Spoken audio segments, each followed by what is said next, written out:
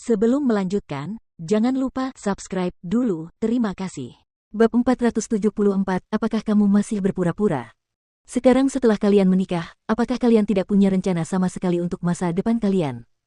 Ada seseorang yang harus kalian jaga mulai sekarang. Seng Xiao menatap pasangan itu. Mereka jelas masih bingung dengan kenyataan bahwa mereka sudah menikah. Saya khawatir harus memberitahu kalian bahwa hampir tidak mungkin bagi kalian untuk bisa menjaga kakak ipar ketiga dalam kondisi seperti ini. Kakak ketiga terkekeh sambil mencela. Kau benar. Kau tahu orang tuaku dikirim ke Timur Tengah, tempat mengerikan dengan perang yang tak pernah berakhir. Tapi apa yang bisa kulakukan? Sekarang, di keluarga Seng, aku hanyalah orang tak berguna yang hanya perlu mengurus istrinya sendiri. Kamu butuh seseorang untuk ikut bermain denganmu jika kamu ingin mengubah situasimu, Seng Xiao melirik Huran saat mengatakan ini.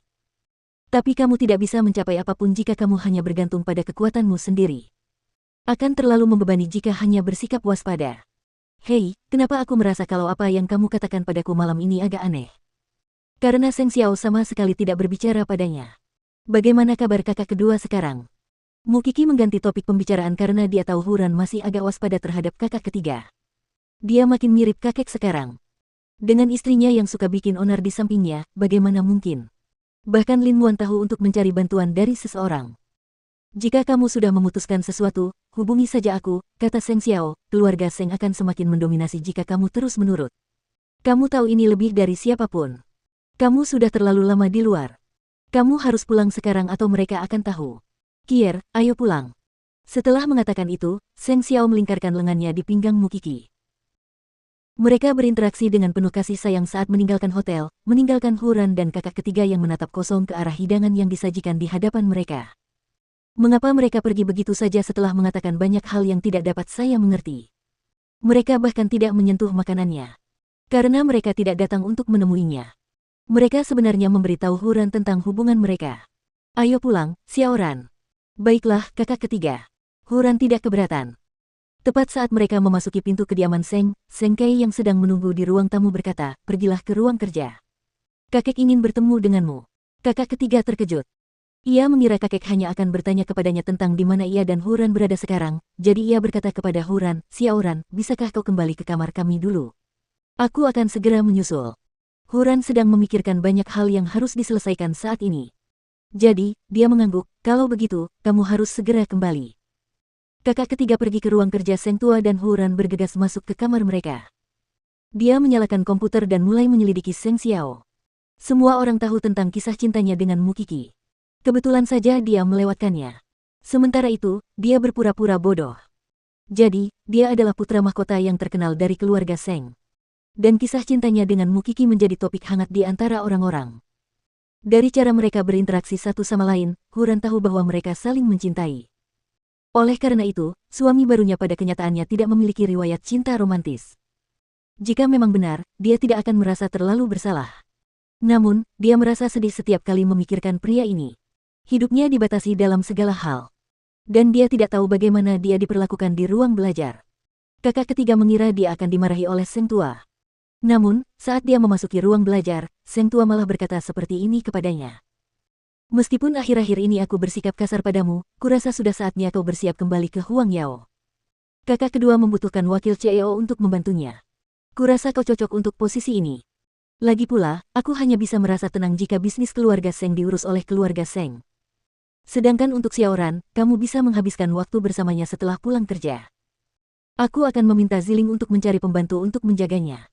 Atau, kamu bisa menyewa seseorang yang kamu percaya untuk menjaganya jika kamu mau. Kakak ketiga berdiri kaku. Dia pikir dia salah dengar. Apakah Old Seng memintanya kembali ke Huang Yao untuk mengambil posisi penting? Aku akan kembali saat Xiaoran sudah akrab dengan semua orang di sini. Saat kamu ingin mulai bekerja, katakan saja pada kakak kedua. Seng Tua jarang peduli dengan hal-hal remeh seperti ini. Kakak ketiga menganggap sikapnya luar biasa.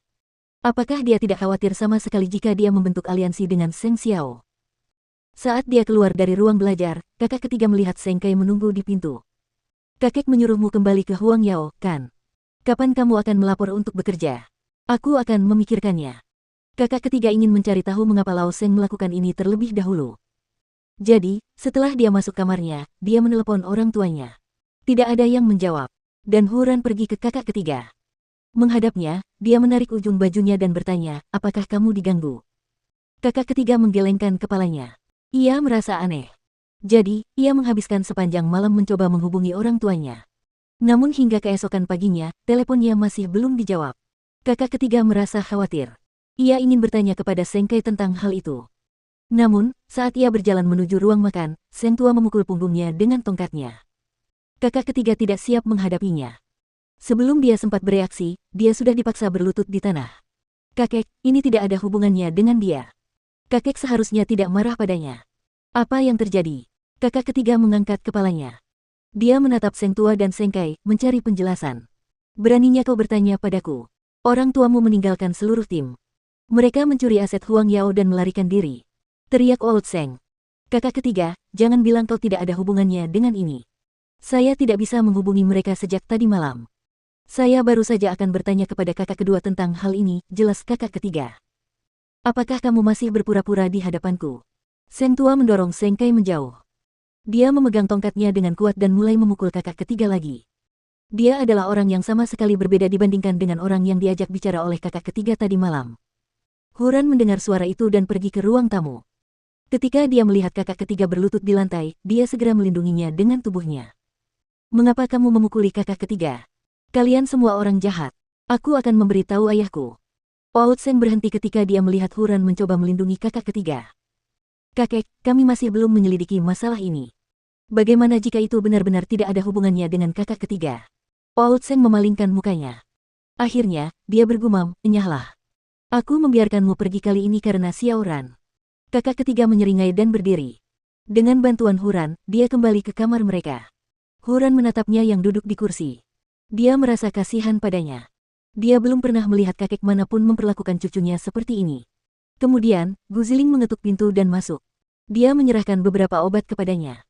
Kakakmu memintaku untuk mengirimkan ini kepadamu. Terima kasih, kakak ipar kedua. Sebenarnya, orang tuamu menelepon kemarin sore. Mereka bertanya kepada kakek apakah mereka bisa mundur dari Timur Tengah karena situasi di sana benar-benar berbahaya. Namun, kakekmu tidak menyetujuinya. Setelah mengatakan itu, Guziling meninggalkan ruangan. Sekarang sudah jelas. Karena ancaman itu, orang tuanya meminta untuk dievakuasi. Namun, lelaki tua itu menolak. Betapa kejamnya orang tua ini memperlakukan anak-anaknya sendiri, satu demi satu, seperti ini.